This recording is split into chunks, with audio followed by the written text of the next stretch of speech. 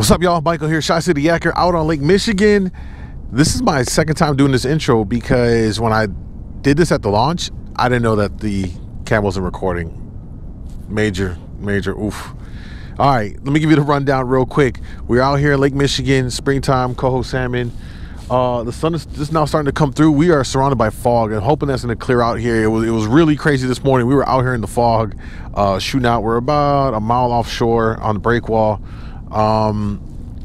Yeah, and we're gonna fish in before front rolls in the afternoon, and it's so calm right now. This is actually really great, other than dealing with the fog. That's neither here nor there. All right, let me run you through the setup I'm running right now. Some of the gear. All right, right here I am gonna run a flicker shad. This one is a sunset color. It's got a little bit of red, got a little bit of gold. Gold seems to be what they're hitting on, just from talking, or from being out here couple days ago and then passing by a boat. They caught their fish on some gold colored gear lures, so gonna try and get something on here with a little this color, right? We're gonna run that in the flat line, just straight off the side. Then we are going to run this, ouch, that hurt, Dodger fly, size 00 lure Jensen red, and running that to a fly right here, a peanut fly. This has a lot of gold strands in it, if you can see here, and hopefully we get something bit on this. I like running my leaders shorter than what most people do. This is about maybe 2 wraps around the Dodger there, and I just like my flies to have a lot more action in the water, get those aggressive fish to bite. And finally, we'll run lead core straight out the back with a flasher here.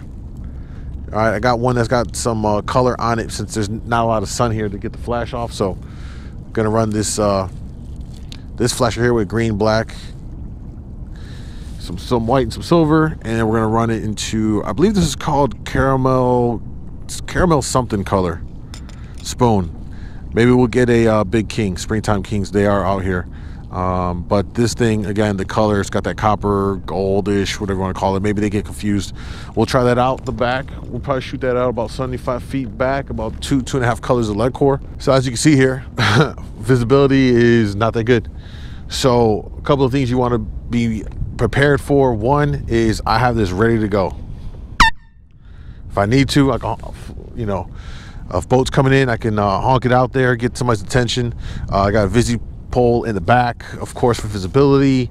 And a big thing is on your fish finder, man, use your chart plotter. And when you leave the launch, not even just when it's foggy, but just anytime. One, you should do it because it helps you to track your where your bites are coming from. You can drop waypoints when you're trolling, get on those fish. Also because if you're out here fishing, say it's a beautiful day, clear skies, and a fog rolls in, you will get caught off guard, and you can follow your track right back into the launch with no problems. So big key here, start those tracks when you're out on big bodies of water, regardless of the conditions. It can change on you, or like today, we came out and it was a little bit foggy, but it was more offshore, and then the fog rolled in near shore, and we got caught in it. And a couple of tugboats were talking on the radio. We overheard them. We're like, these guys are crazy. Well, it's not that we're crazy. We're prepared. I've been out here for years now, and you know, I have a level of comfortability. I know my limitations. I know what I can and can't do.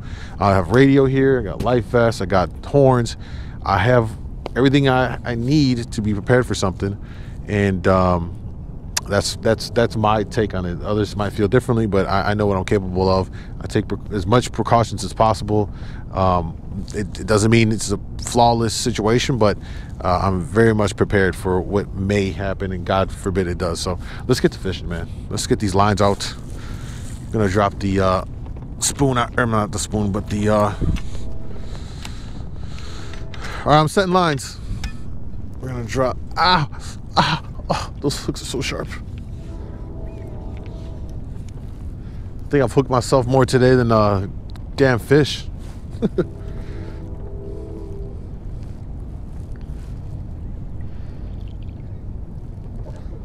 All right, that looks good to me.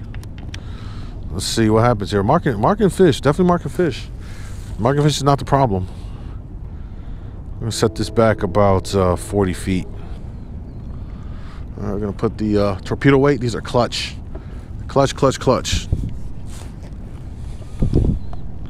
And we're gonna set our depth down about 10 feet. There we go. We're in the money. I want to set that Dodger fly a little higher in the water column to target those fish that they're a little higher in the water column. So I'm gonna set that up and back. It's important to spread your lines out so that when you do get a fish, you want to avoid stuff getting tangled as much as possible. So you want to set them at different depths and different lengths. And this crank, we're gonna put this out about 55. Oh my God, these mayflies are gonna kill me. Yeah, the fog's starting to go away, which is great. Sun's starting to come through the water. That may help as well.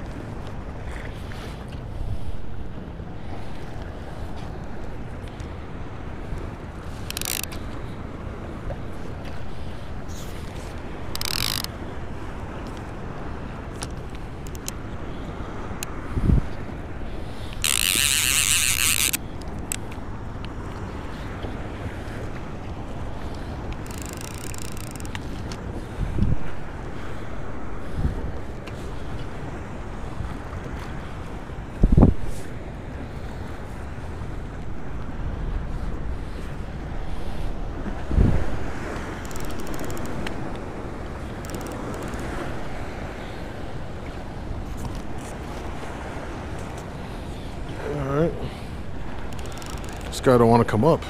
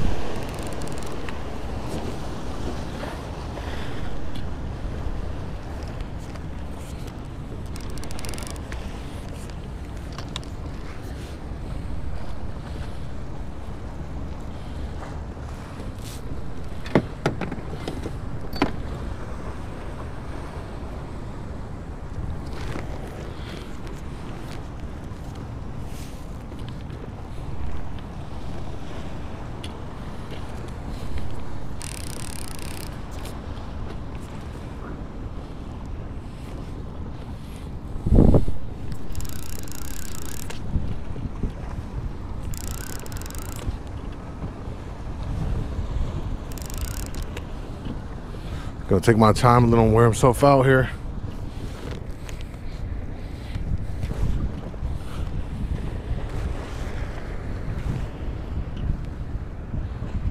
Oh, shit.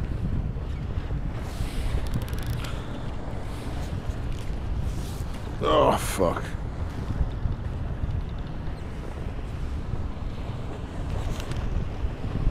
Hope we don't get into the core.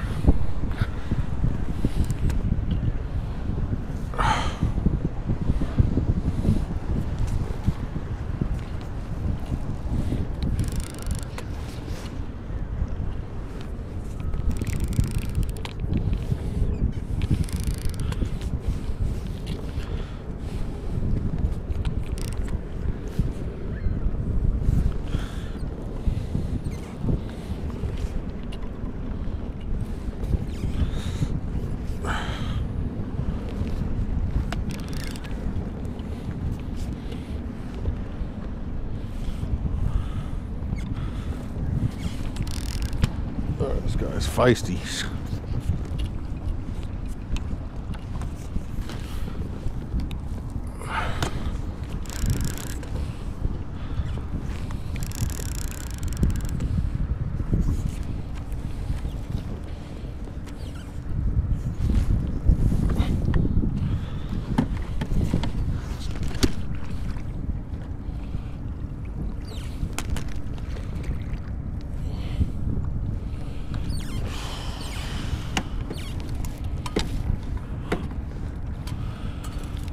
Whew.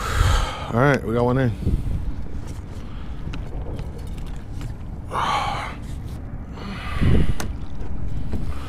Oh, it's a beautiful fish. It's a beautiful fish.